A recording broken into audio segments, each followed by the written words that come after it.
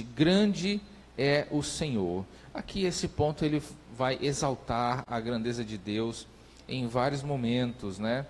E algo me chamou muita atenção aqui. Porque apesar da grandeza de Deus, ele poderia ser simplesmente alheio à humanidade, né? Um Deus tão grande, né, que nada lhe fere, nada que a gente faça pode atacar a Deus, né? Deus não se fere com nada que a gente possa fazer, e não há nada que a gente possa fazer que o beneficie, né? Então Deus ele não depende absolutamente de nada, né, nem de ninguém. Nós não podemos, né, tocar em Deus de nenhuma forma. E todo esse poder poderia fazer de Deus um ser completamente indiferente a qualquer coisa, né? A gente vê alguns homens que têm poder, que têm dinheiro, que eles são completamente indiferentes às outras pessoas. Mas, mesmo tendo todo o poder, Deus é um Deus que deseja ter relacionamento, né? Deseja afeto, deseja intimidade conosco. Mesmo com toda a grandeza, Deus ele não está alheio, indiferente à sua criação, mas ele ama a sua criação e deseja relacionar-se com ela, né? Isso é maravilhoso, isso é algo que nos conforta o coração. O comentarista diz: Mardoqueu tinha convicção de que há somente um Deus que é grandioso e verdadeiro. Esse ponto ainda fala sobre um pouco sobre a idolatria, como as nações encaram os seus deuses que não são deuses verdadeiros, e mesmo assim elas são devotas a esses deuses, mesmo eles nem existindo, né? E isso tudo não muda quem Deus é, né? Ponto 1.2. A vitória é do povo de Deus. Bom, nesse ponto exatamente que ele fala da ascendência de Amã, né? Tem traduções, na NVI, por exemplo, ele diz literalmente Amã, descendente de Agag. E aí fica mais fácil da gente entender. Mas em muitas outras versões ele diz Amã, o Agagita. E aí fica mais difícil a gente entender, né? A gente tem que entender que Agagita é quem descende de Agag, ou quem nasceu na terra de Agag, que também seria uma possibilidade. Mas a maioria dos rabinos e os intérpretes dos livros do Velho Testamento acreditam que, na verdade, Amã era descendente do rei Agag, né? E isso deixa a história ainda mais interessante, né? Nós temos aqui Mardoqueu, e aí você pode conferir aí no segundo livro de Samuel, capítulo 16, os versículos de 5 a 13, né? Mardoqueu é apresentado como um descendente de Quis.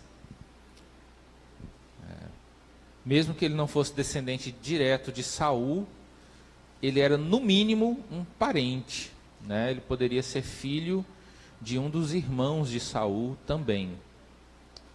Então, temos aí Quis como bisavô de Mardoqueu.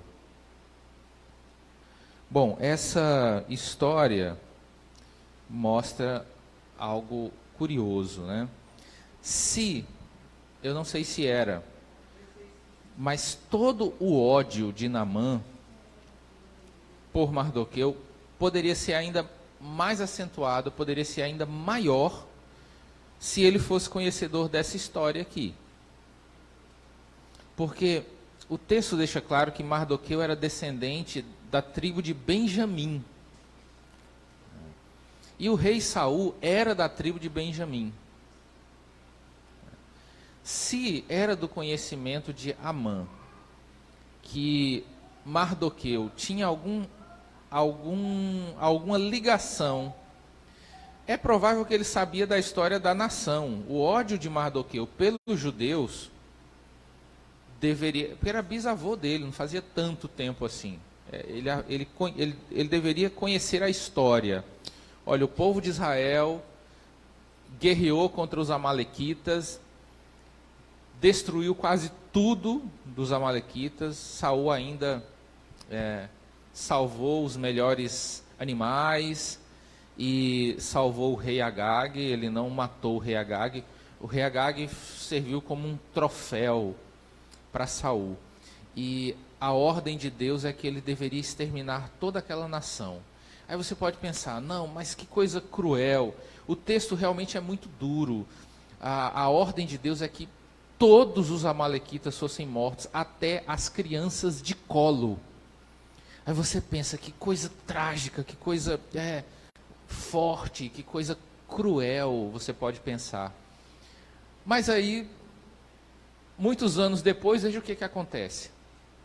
Um descendente dos amalequitas tenta destruir o povo de Deus inteiro. A tentativa de Amã era exterminar a nação de Israel. Veja quando Deus manda que uma coisa seja feita, por que ela tem que ser feita? Porque Deus, ele conhece o futuro, ele sabe de todas as coisas, ele sabia o que Amã iria fazer com o povo dele tantos anos depois, né? Mas aí Saul desobedeceu, e esse foi um dos motivos dele ter sido rejeitado, né, como rei. Além de ter oferecido sacrifício sem poder, que foi o pecado mais grave de Saul. Ele ocupou a posição de um sacerdote sem ser da tribo de Levi. Ele não poderia oferecer sacrifício. Quem tinha que oferecer esses sacrifícios era Samuel, né, que era o sacerdote, era juiz e profeta, e era a quem cabia fazer isso, né? Então, isso mostra a importância da gente obedecer a palavra de Deus, mesmo que a gente não entenda, e mesmo que a gente seja contrária àquela situação, àquela posição naquele momento. Nós devemos obedecer a Deus irrestritamente. Quando nós desobedecemos a Deus, isso acaba causando esse tipo de problema. Às vezes nós nem sofremos a consequência daquilo naquele momento, né? E veja como é grave. Saul, quando desobedeceu, ele sofreu as consequências daquilo, ele mesmo. Mas ele trouxe consequências para todo o povo alguns anos depois, né? Algumas decisões que você toma podem não afetar só você, mas talvez os seus filhos e netos também sejam afetados por conta de uma escolha que você fez hoje. Por exemplo, se você decide fazer um investimento, você decide comprar um terreno hoje, de repente daqui a 30 ou 40 anos, os teus filhos e netos podem ter uma grande herança por causa dessa escolha que você fez, né? Da mesma forma, se você toma uma decisão errada, você pode destruir o futuro da sua família por causa de uma decisão errada. Saul tomou a decisão errada lá atrás, deixando Agag vivo, e aí um descendente de Agag, muitas décadas depois, colocam em perigo toda a nação. Todo o povo judeu corria o risco de ser exterminado por conta daquele erro de Saul lá atrás. Você percebeu as conexões dessa lição? E aí Deus levanta um descendente de Saul, da família de Saul, da tribo de Benjamim, um descendente de Quis, que era pai de Saul, para consertar o erro de Saul. E aí a gente vê as duas famílias de novo, né? Parece aquelas coisas aquelas intrigas de família, né? Que dura décadas. E nesse caso, aqui é pura verdade, não é teatro, não é dramaturgia, é literalmente fato, né? Esses dois homens tiveram seus antepassados em guerra, né? E Saul derrotou Agag, mesmo não matando ele, mas derrotou. E Mardoqueu derrotou Amã, muitos anos depois. Deus tinha um plano com Mardoqueu. Aqui ele traz à tona um versículo, aliás, 2 versículos que falam para não tocar nos ungidos de Deus, né? O autor escolheu uns títulos meio estranhos, né? Ele fala, Deus tinha um plano com Mardoqueu, mas no conteúdo desse ponto, ele fala mais sobre os ungidos, a unção, né? Certamente ligando Mardoqueu a esse grupo de pessoas, né? Os ungidos de Deus.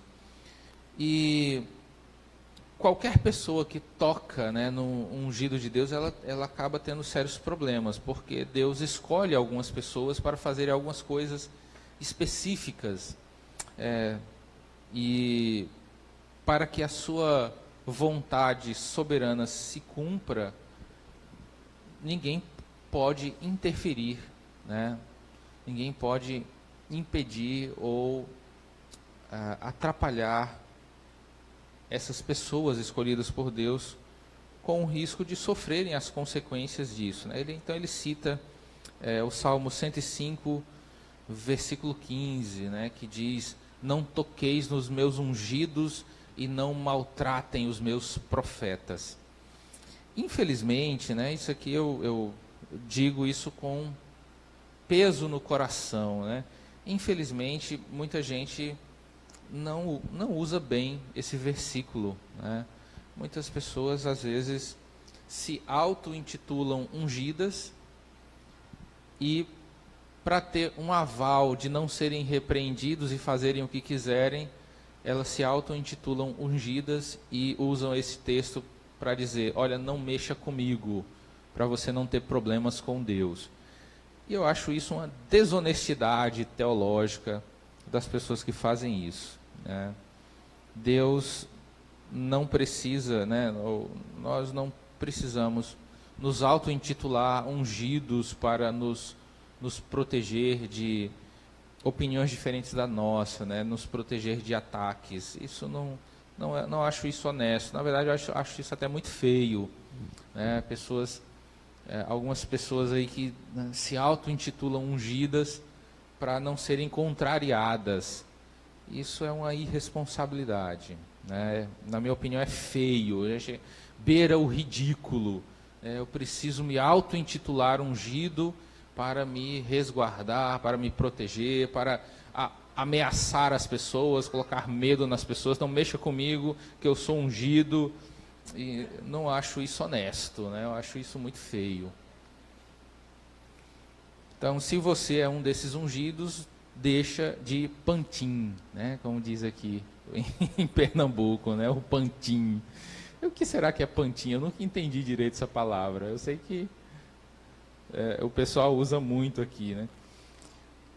Por isso, que a gente seja honesto com essa interpretação. Os ungidos de Deus eu creio que ainda hoje existe essa categoria de pessoas, sabe? Gente que verdadeiramente foi escolhida por Deus para propósitos muito específicos, e realmente mexer com essas pessoas geralmente dá problema.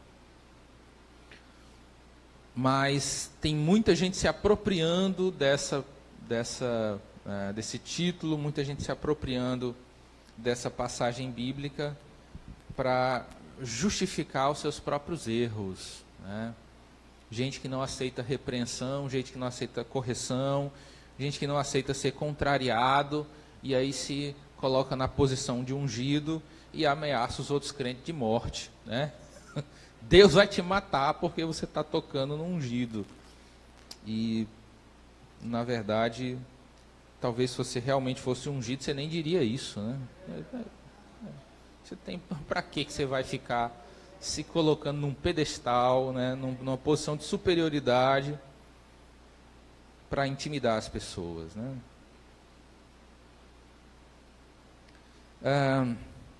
O comentarista ainda finaliza o comentário dizendo o seguinte: se Saul devia ser deposto como rei de Israel, Deus teria de prover seus próprios meios para depô-lo.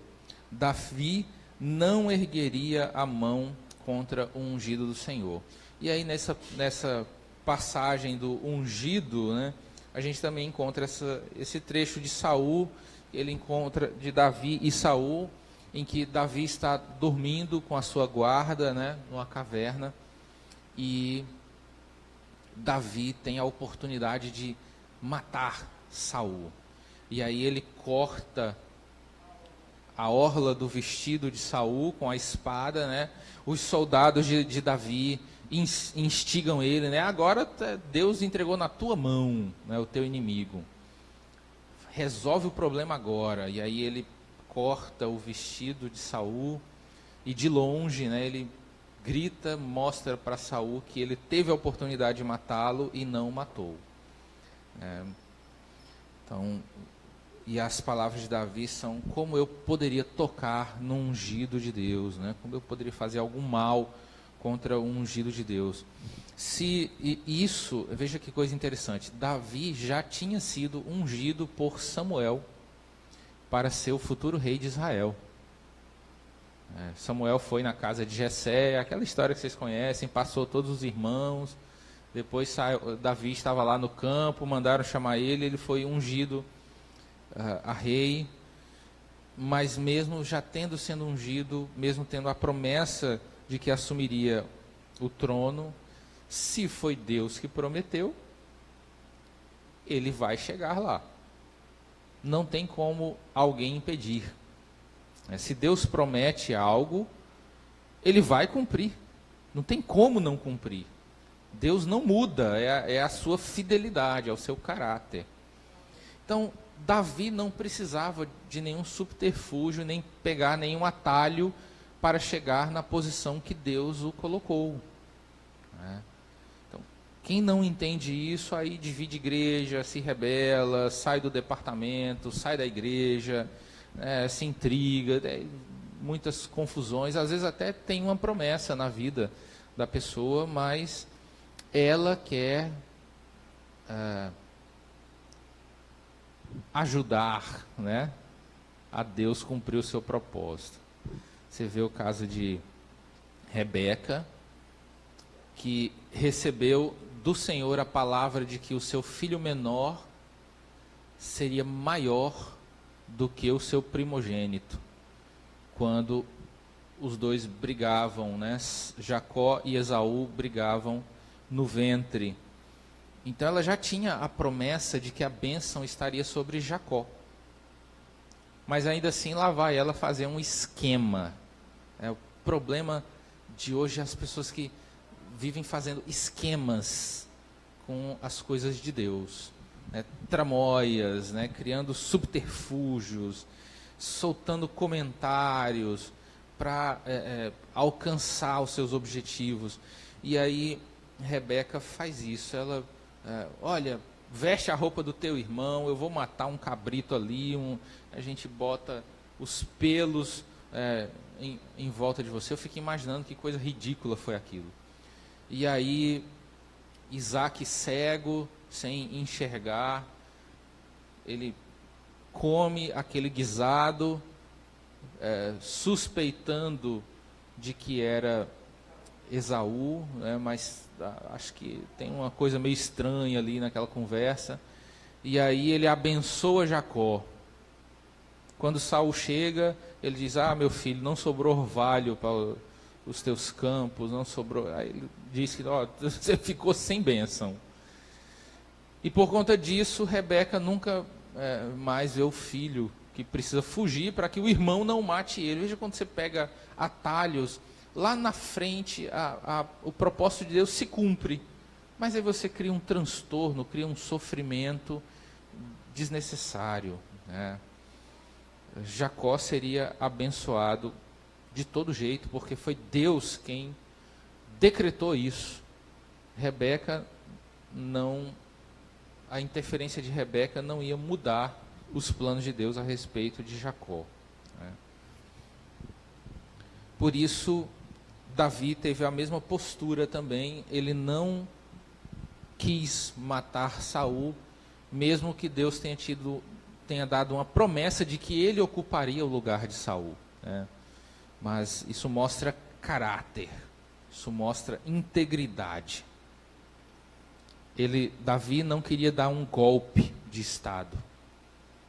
Ele queria receber as promessas de Deus na vida dele, dadas por Deus, e não por esquemas feitos por ele mesmo. Ponto 2. Uma luz no fim do túnel. Aqui esse ponto fala de resiliência, né?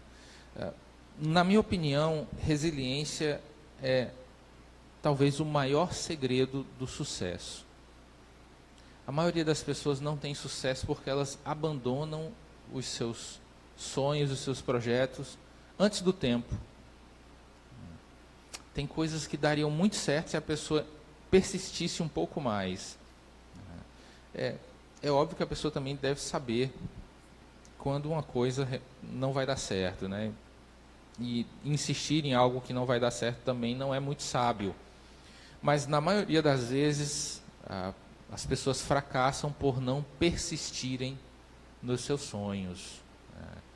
Essa falta de persistência é o motivo de muitas pessoas não prosperarem na vida, né? Por falta de persistência apenas. Para mim, esse é um dos maiores segredos do sucesso. Grandes homens, grandes mulheres, grandes pessoas com grandes feitos na vida, se você for atrás, a maioria delas não são tão geniais assim, elas só são persistentes, né? Existem pessoas que são verdadeiros gênios, isso é indiscutível, né?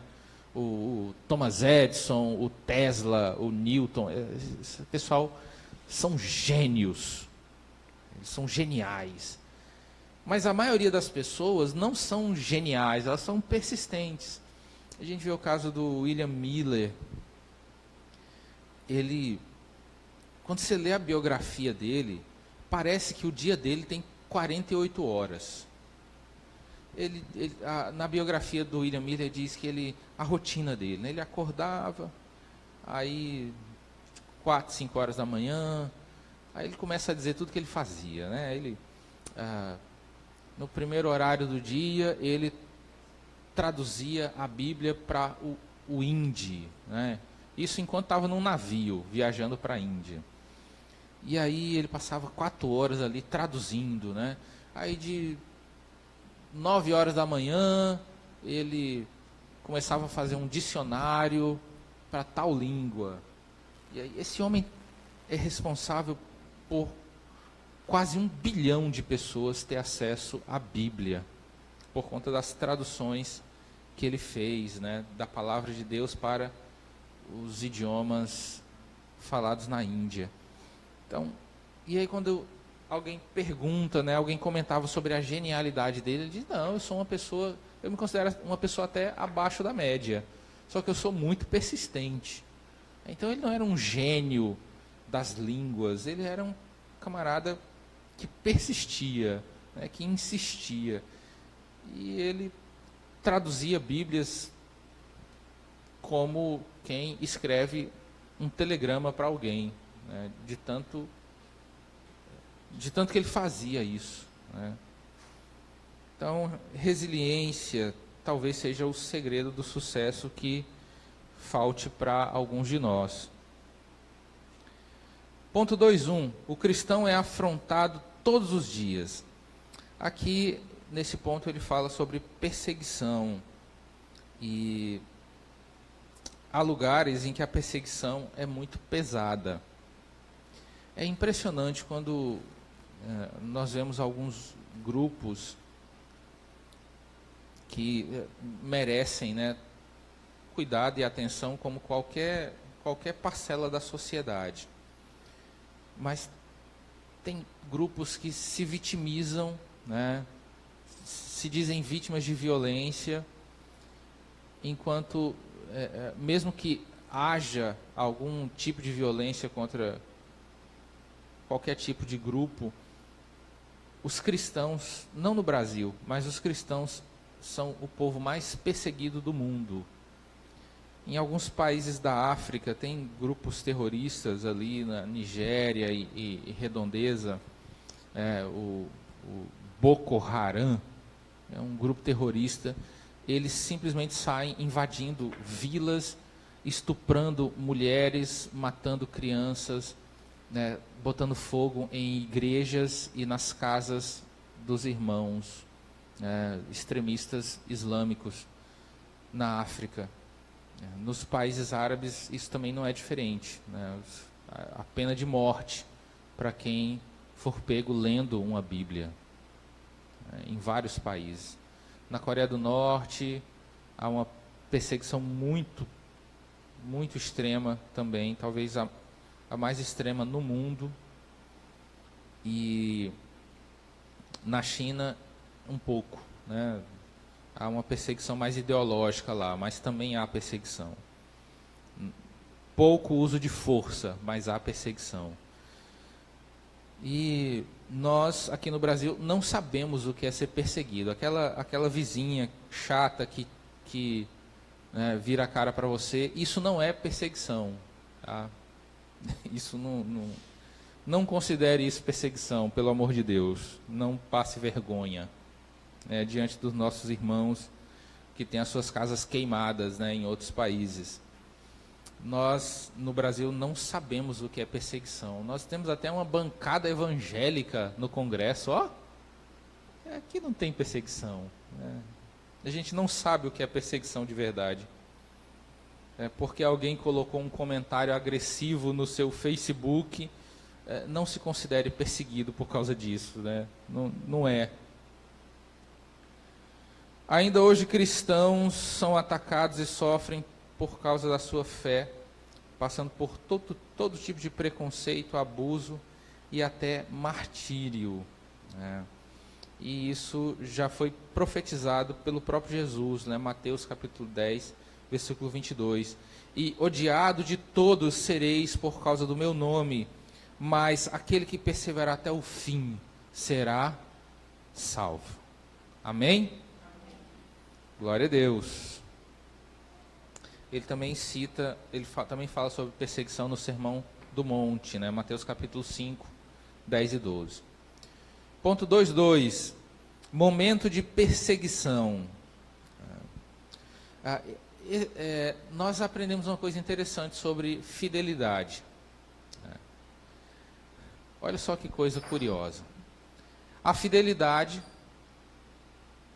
te leva a situações de perseguição e a fidelidade te leva a situações de exaltação. Amém? Vamos ver alguns exemplos para deixar isso mais claro? Daniel era fiel. Amém? Daniel era fiel. E a fidelidade dele levou ele a ser jogado na cova dos leões. Não foi?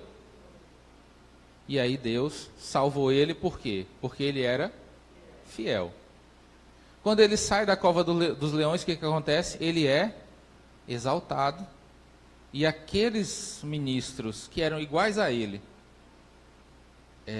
foram jogados na cova dos leões. E Daniel ficou governando só. Né? Veja o caso de José. José, a fidelidade dele, José era fiel. A fidelidade dele em recusar deitar-se com a esposa de Potifar levou ele para a cadeia. A perseguição. A fidelidade levou à perseguição. E na cadeia, ele continuou fiel? Continuou. Ele foi exaltado até governante do Egito porque foi fiel. Então a fidelidade, ela te coloca na situação difícil e ela também te exalta. Percebeu?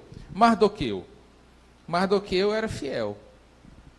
E aí, por ser fiel, por ser ali do povo judeu, por não se dobrar, por não se curvar a ninguém senão a Deus, essa fidelidade dele colocou ele e o povo de Deus em perigo. E a mesma fidelidade fez com que ele ocupasse o lugar do perseguidor dele, Amã. Então, seja fiel, independente das circunstâncias. Às vezes, como a Asaf, né?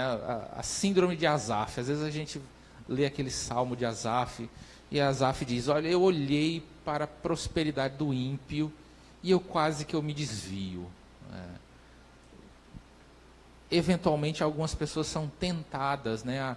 Rapaz, povo que não presta, só faz o que não presta e só prospera. E eu sou fiel, estou tentando aqui, caminhando, né, na jornada, sendo fiel a Deus, e as coisas só dão erradas, né? A fidelidade te leva a situações difíceis, mas a fidelidade também te exalta e te tira da situação difícil e coloca numa situação melhor do que a situação inicial. Então, a fidelidade, são muitos exemplos. A fidelidade de Jó fez com que ele virasse uma peça num tabuleiro cósmico em que Deus e o diabo testavam a Jó, né? E aí o estado final de Jó foi o dobro do seu estado inicial, né? Então a fidelidade de Jó colocou ele numa situação difícil, e a fidelidade dele o exaltou mais do que ele era antes daquela situação difícil. Então várias passagens na Bíblia mostram isso, é indiscutível. A fidelidade vai te levar para situações difíceis, vai. E a mesma fidelidade vai te exaltar, te tirando dessas situações difíceis e te colocando além. Amém? Para quem não é fiel, está tudo sempre mais ou menos, né? A pessoa está lá, o inimigo nem se preocupa com ela, ela já vai para o inferno mesmo. Aí o inimigo nem joga setas nessa pessoa, o inimigo nem aperreia ela, deixa, né? Não, vamos dar mais dinheiro para ele poder pecar mais, né? O diabo financia o seu reino. Como é que ele vai colocar a pessoa na embriaguez se ele não der dinheiro para essa pessoa comprar a bebida, né? O diabo financia o seu reino. Então, não se admire de que algumas pessoas ímpias sejam muito bem de vida, estejam muito bem. Não se admire disso. Ponto 2.3, uma atitude, nós não temos muito tempo, né? 10 minutos. Uma atitude em meio à aflição. Aqui o autor cita Ester 4:1. Quando Mardoqueu soube tudo quanto se havia passado, rasgou Mardoqueu as suas vestes e vestiu-se de um saco com cinza e saiu pelo meio da cidade e clamou com grande e amargo clamor. Basicamente, esse ponto resume o que deve ser feito quando nós estamos no momento mais difícil da nossa vida. A Bíblia é clara e a lição é clara. Clame ao Senhor. Quando a coisa está difícil, clame ao Senhor. Faça exatamente como fez Mardoqueu. Ele clamou ao Senhor, né? Ele se humilhou, como era uma tradição, né? A pessoa rasgava, né, a gola da roupa e jogava cinza sobre a própria cabeça, né? Um sinal de lamento, de dor. Então, faça da mesma forma, né? Humilhe-se debaixo da potente mão de Deus e clame a Ele. E isso fará toda a diferença na sua vida. Ponto 3. A luta diária contra os nossos inimigos. Alguém tem alguma dúvida de que a vida cristã é uma guerra? Nós estamos em guerra. Guerra contra o mundo, guerra contra o pecado, guerra contra o diabo. Nós estamos em guerra, isso é indiscutível.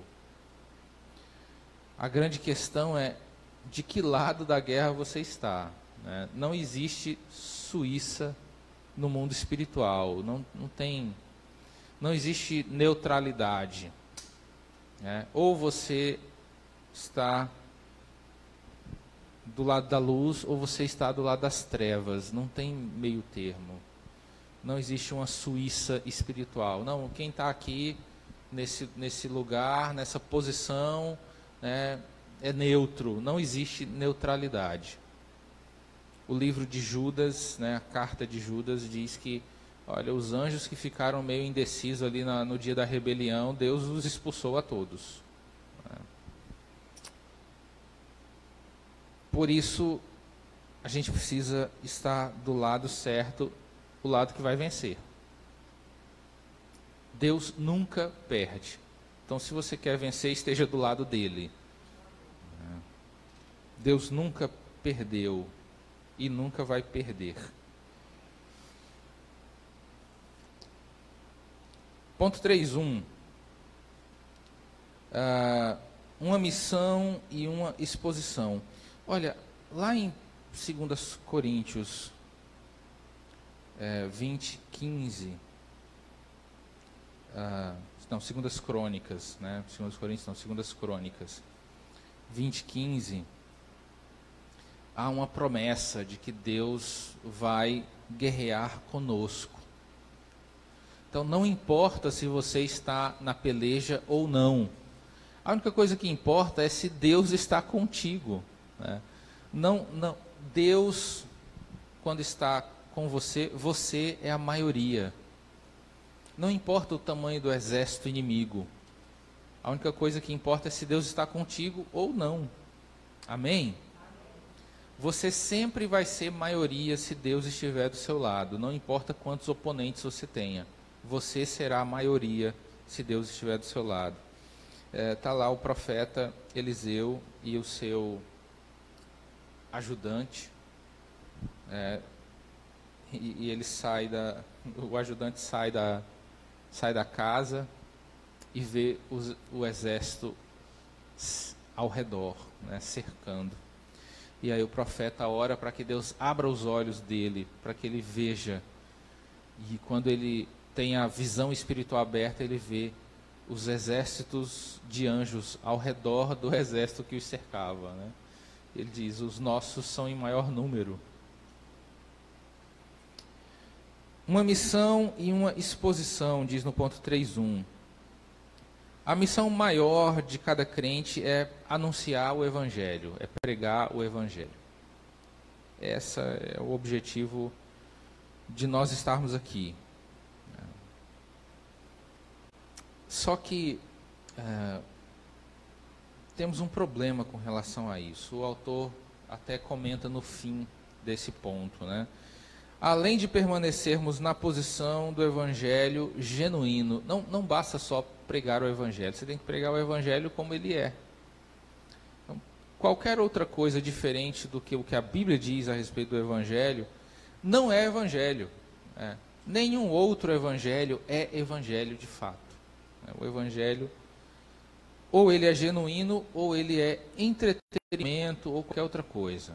Autoajuda, menos Evangelho.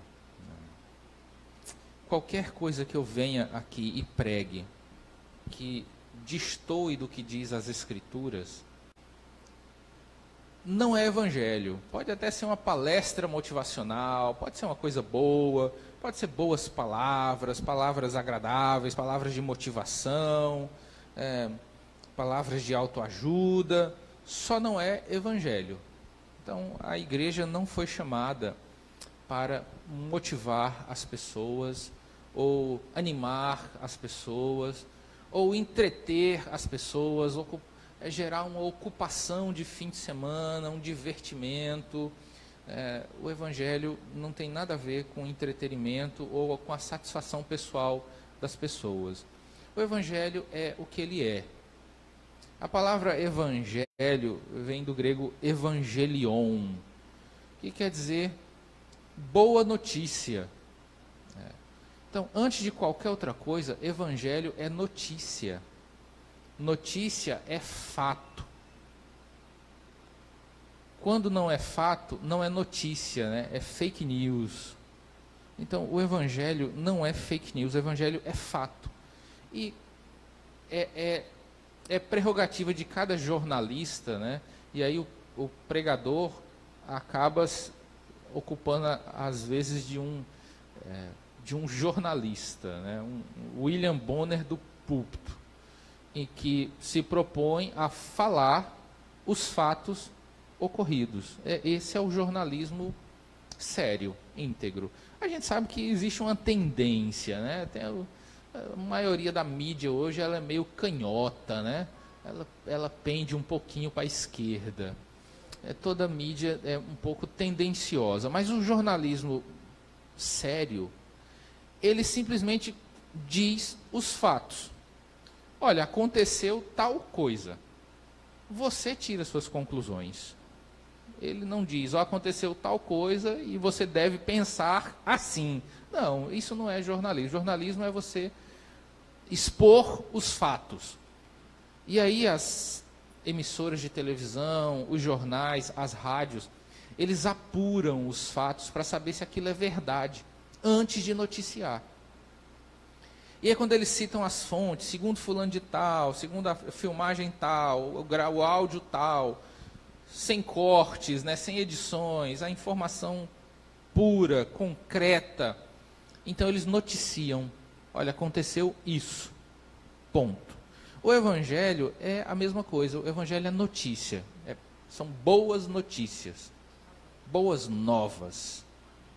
Olha, aconteceu isso. Jesus morreu na cruz pelos seus pecados. Isso é o fato.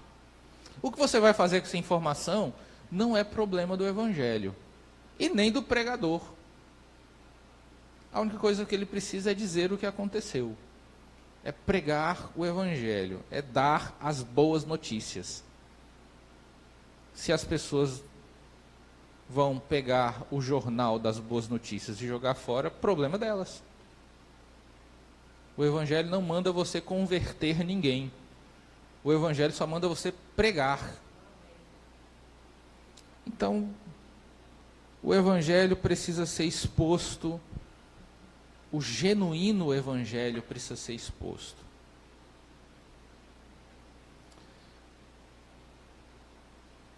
Ponto 3.2. A igreja deve se manter fiel a Cristo. O comentarista diz que não denunciar o pecado é trair a Cristo. E denunciar o pecado geralmente traz muitos problemas para quem denuncia. Você tem uma ideia? Um exemplo bem básico.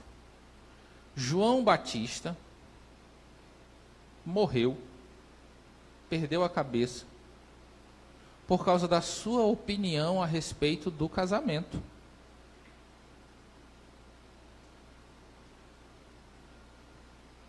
Ninguém quer ter os seus pecados expostos e contrariados, né?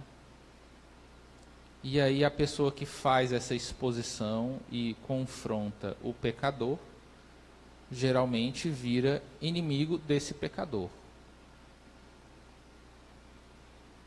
Mas não importa se você vai perder a cabeça feito João Batista ou não. O que importa é se você vai para o céu ou não.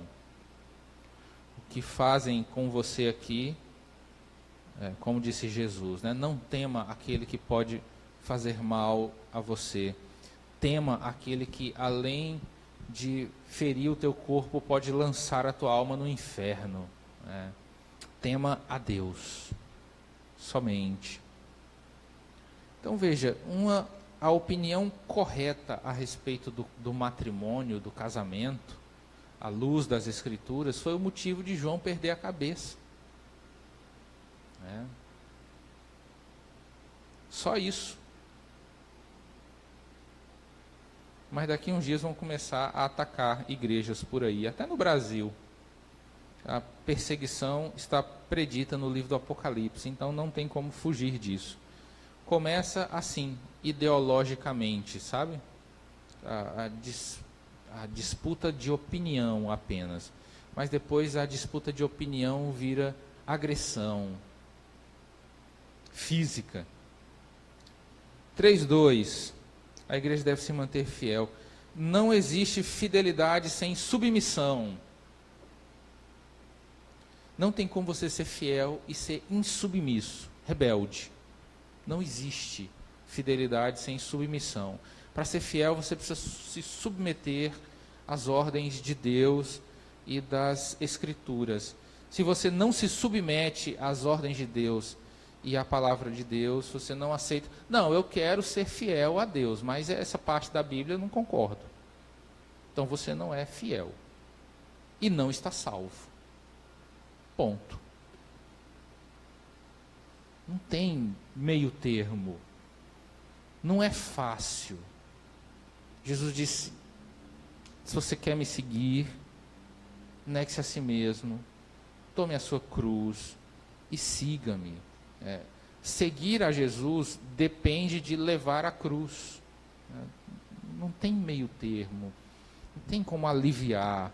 A turma ainda fica pregando, Deus vai te abençoar, vai te prosperar, carro, casa, saúde, só bênção, só vitória, mas eu não sei aonde isso está levando as pessoas. Certamente elas têm mais qualidade de vida, só não sei se tem vida eterna. Eu não sei, espero que sim, né? Talvez haja alguma coisa da Bíblia, né, entre essas pregações. Então não tem como você ser fiel sendo insubmisso. São duas coisas que não se misturam, não tem como ocorrerem, né, de forma harmoniosa. Não tem como ser fiel e insubmisso. Fidelidade a Deus depende de submissão a Ele e a sua palavra de forma irrestrita.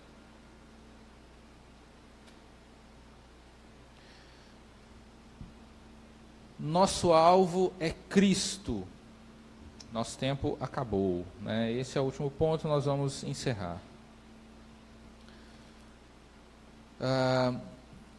Basicamente, esse ponto diz que nós temos que ser imitadores de Cristo, né?